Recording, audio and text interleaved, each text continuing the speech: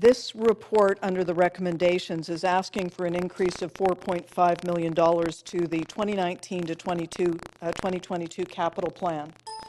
I'm concerned that we should not be increasing amounts in this capital plan.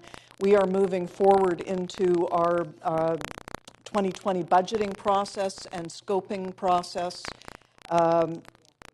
as a council. Sorry, I don't want to interrupt. Go ahead.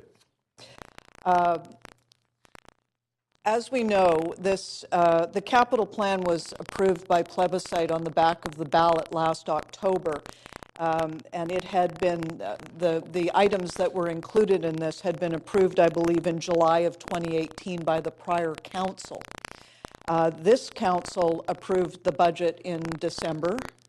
And we are, even though we really had a very short period of time to examine the budget and the capital plan going forward.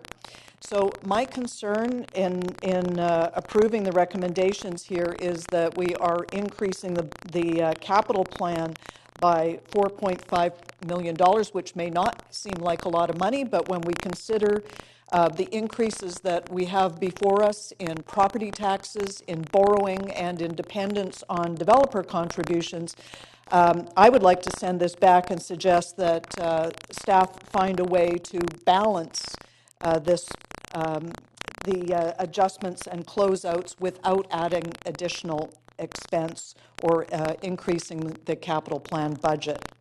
So I guess my question to staff would be, have you explored every possible way to balance this without coming back to us for approval and additional funds?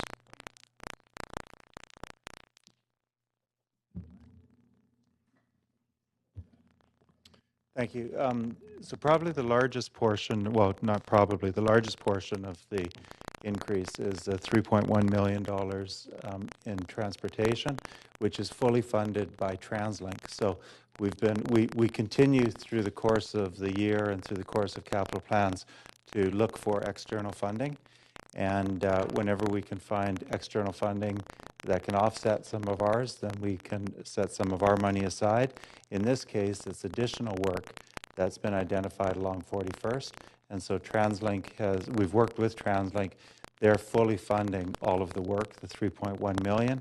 But because it's added work to our capital budget and our capital plan, it's an increase in the total dollars in the capital budget, but it is fully funded by TransLink for the $3.1 million.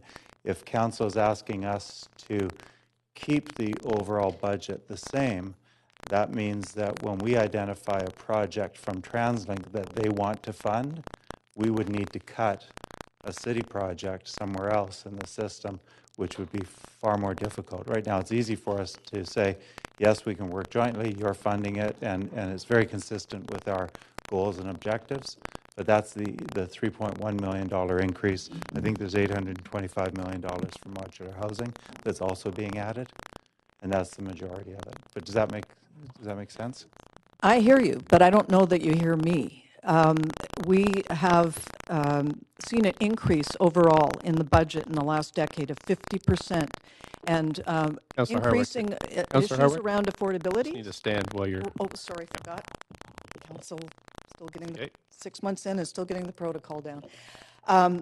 But I am concerned that I have never heard any kind of attempt to say, we're going to hold the line here. We're not going to increase the numbers. We're not going to look at what we can be doing to hold the line and maybe even push back a little bit. And I would like to see that happening.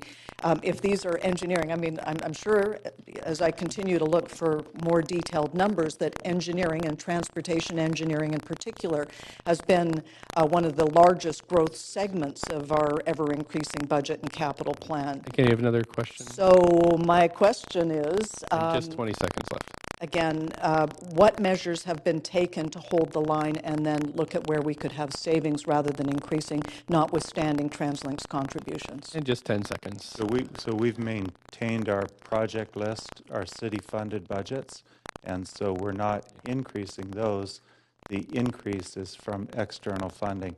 And as I said, if council is asking us to reduce our capital projects when senior levels of government or other levels of government offer us money to do additional work, then that would be a very different exercise for us. We would need, so these are projects that we've already designed, are scheduled for construction, and are ready to begin.